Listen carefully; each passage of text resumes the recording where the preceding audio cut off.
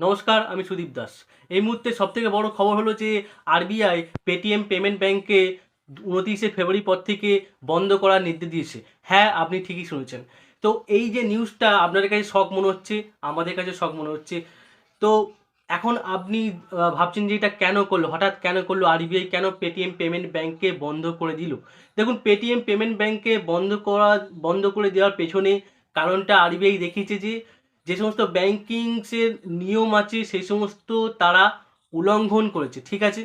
এছাড়া যে সমস্ত কিছু মানে ব্যাংকিংয়ের ক্ষেত্রে মানে মেনটেন্যান্সের ব্যাপার সেই সমস্ত কিছুই তারা মেনটেন্যান্স করেনি। তো দুটো কারণ দেখিয়েছে, এক হচ্ছে আইনে উল্লঙ্ঘন, দুই হচ্ছে মেনটেন্যান্সের অভাব। এই দুটো কারণ মূলত আরবিআই দেখিয়েছে এবং সেটার জন্যই পেটিএম পেমেন্ট ব্যাংক ২৯শে ফেব্রুয়ারি পর থেকে আর কার্যক্রম হবে না। তো তার মানে আমি একটু সহজ করে বলে দিই, অর্থাৎ পেটিএম আর কোনো গ্রাহকের কাছ থেকে মানে ওই যে অ্যাকাউন্ট খোলার নামে টাকা জমা করতে পারবে না।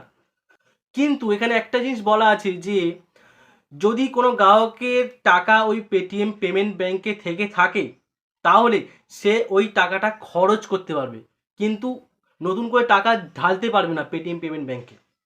এইটা আরবিআই স্পষ্ট করে বলে দিয়েছে।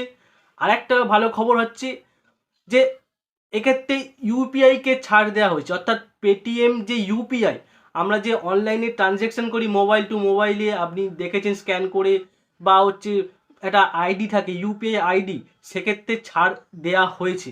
অর্থাৎ ইউপিআই লেনদেনের ক্ষেত্রে কোনো রকম বাধা নিষেধ কিছুই নেই। ভিডিওটিকে ভালো লাগলে অবশ্যই চ্যানেলটি সাবস্ক্রাইব করবেন এবং লাইক করবেন ভিডিওটিতে। ধন্যবাদ।